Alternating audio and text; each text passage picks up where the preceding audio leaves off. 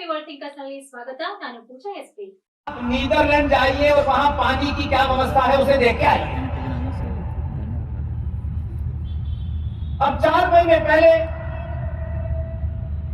किसी को हवा में पता नहीं था कि जब वो डेलीगेशन का निर्माण किया जा रहा था तो उसमें एक साहब ने पूछा कि भाई आपने डेलीगेशन जो आप नीदरलैंड भेज रहे हैं पानी की व्यवस्था को देखने के लिए, हमें खुशी है कि आपने हमें मौका दिया,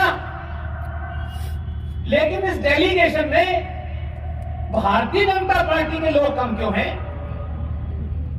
तो उसमें से किसी ने कहा कि मोदी जी का कहना है सबका साथ सबका विश्वास।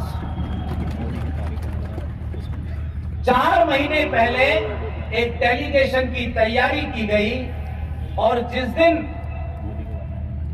राज्यसभा में धारा 370 और 35A का प्रस्ताव लाना था, इतना खतरनाक है 19 वाला कि उसने जिस डेलीगेशन में 50 लोगों को भेजा उसमें ज्यादातर आलू की फैक्ट्री में सोना बनाने वाले वर्कर थे और फुल प्रूफ काम किया उसने कि कहीं कोई पता न दे। लौटने की टिकट भी उस दिन की कराई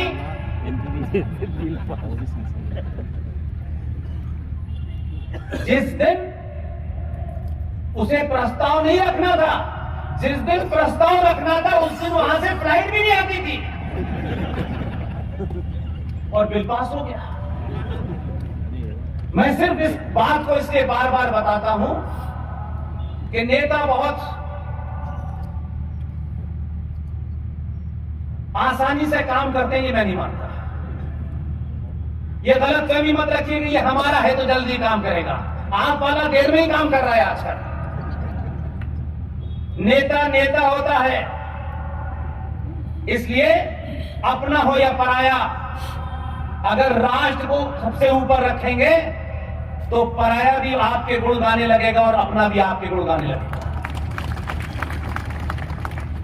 इसलिए मैं ये नहीं जानता कि स्वतंत्र वीर सावरकर साहब को काले पानी हुआ था, जब उनको यातनाएं दी जा रही थी, उस समय फूल वाले चाचा को भी यातनाएं दी जा रही थी,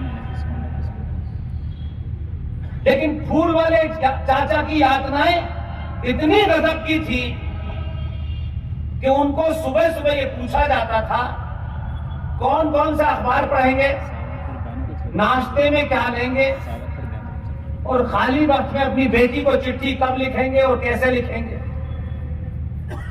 तो आज स्थिति ये हो गई है, इन 70 सालों में हमारे अपने लोगों ने इतना झूठ बोला है, इतना झूठ बोला है कि सनातनी हिंदू समाज अब शायद ये समझने लगा था कि हम तो झूठ सुनेंगे भी नहीं और अगर कोई सच बोल रहा है उसको भी झूठा साबित कर। लिहाजा आप सच सुनने लगे हैं, अपने निजी स्वार्थों से ऊपर उठने लगे हैं, इसलिए आज कर्नाटक की असेंबली में सावरकर की फोटो लग गई है और सिर्फ कोई तस्वीर लगी है ये महत्व नहीं है। जो लोग समझते हैं कि अगर इंडिया गेट के ऊपर सुभाष चंद्र बोस की 28 फीट की आंध्र प्रदेश की पहाड़ी से काट करके ग्रेनाइट की एक बहुत बड़ी चट्टान को ले जाया गया दिल्ली और 28 फीट की वो ग्रेनाइट की मूर्ति अगर इंडिया गेट पे लगी है तो लोग कह सकते हैं कि इससे क्या होने वाला है। और कुछ तो ऐसे जिंदगी भर बेरोजगार रहे हैं कि वो कहते हैं राम मंदिर बनेगा तो क्या भुखमरी समाप्त हो जाएगी, मूर्ति लगने से क्या बेरोजगारी समाप्त हो जाएगी। अगर ये नहीं लग रहा था तो दूध की नदियां बह रही थी इस देश में। कुछ लोगों को कहना है, वो इतने निराशावादी हैं कि उन्हें किसी भी चीज में वो गर्व महसूस नहीं होता क्योंकि उन्होंने 70 साल तक चाटुकारिता के अलावा कुछ किया नहीं। इसलिए मैं आपको उस भाव को बताना चाहता हूं जिस भाव के कारण 2012 में जब मुझे लगा 12 में कि नौकरी बहुत बड़ी भी हो, साधारण भी हो, तो नौकरी करने से एक घर होगा, एक साधारण जीवन जी सकते हैं आप।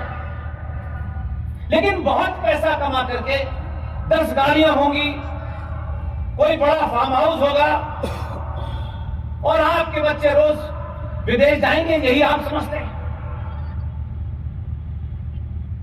दुनिया के किसी इतिहास में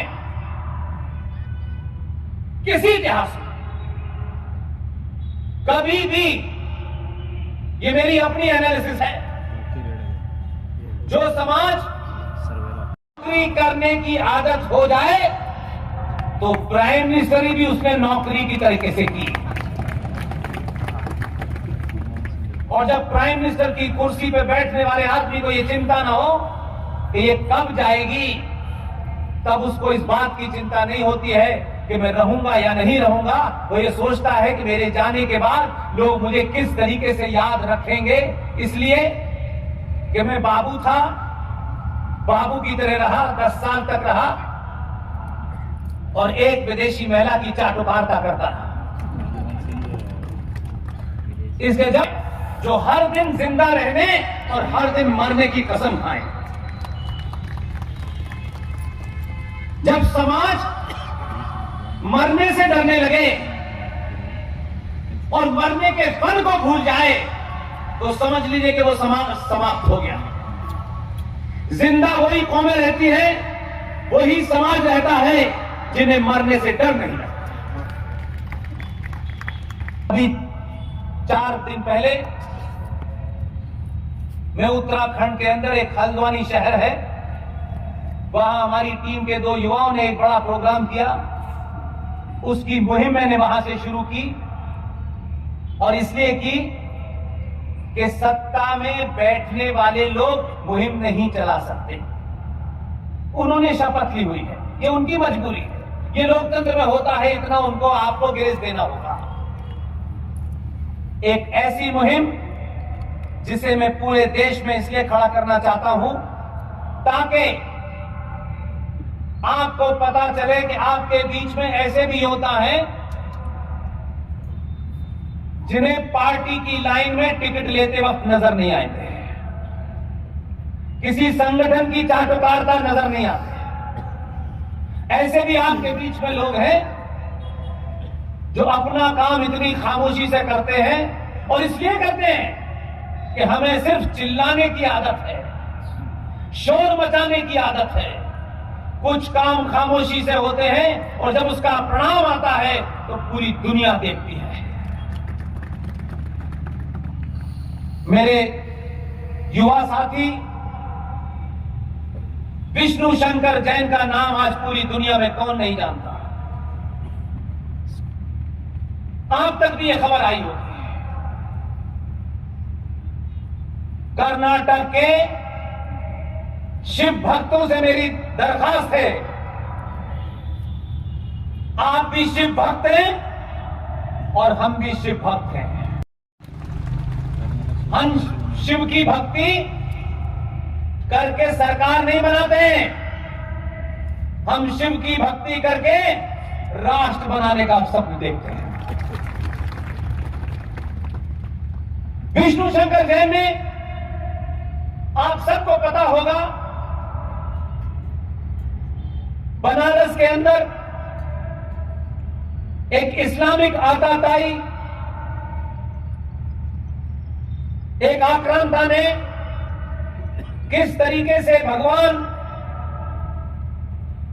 शंकर की मूर्ति को तोड़ करके उसे खंडित कर दिया था।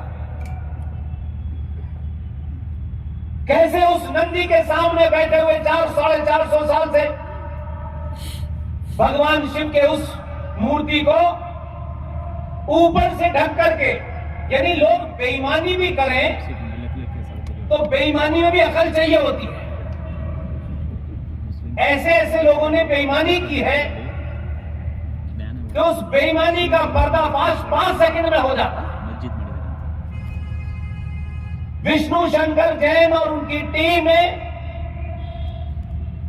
बनारस के अंदर एक तथाकथित मस्जिद के नाम से मस्जिद बुलाया जाता है उस जगह को जिसे आप ज्ञानव्यापी के नाम से जानते हैं। विष्णु शंकर जैन और उनके पिताजी ने अपनी पूरी ताकत झोंक दी, तथ्यों पे और तर्कों के साथ अपनी बात रखी। बनारस की जिला अदालत में उनकी अर्जी मंजूर हुई और अर्जी मंजूर होने के बाद उन्होंने सिर्फ इतना ही कहा था कि ये जो मस्जिद है, इस मस्जिद के अंदर हम सर्वे करके देखना चाहते हैं कि नंदी का मुंह जिधर है, हमारे शास्त्रों में, हमारे साहित्य में ये साफ साफ हजारों साल से पाया गया है कि जहां भगवान शिव होते हैं उनके सामने उनका नंदी होता है।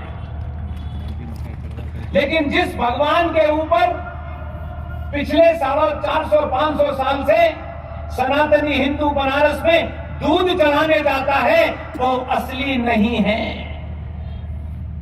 वो औरंगजेब जो इस्लामिक आक्रांता था उसके खंडित किए हुए मूर्ति है।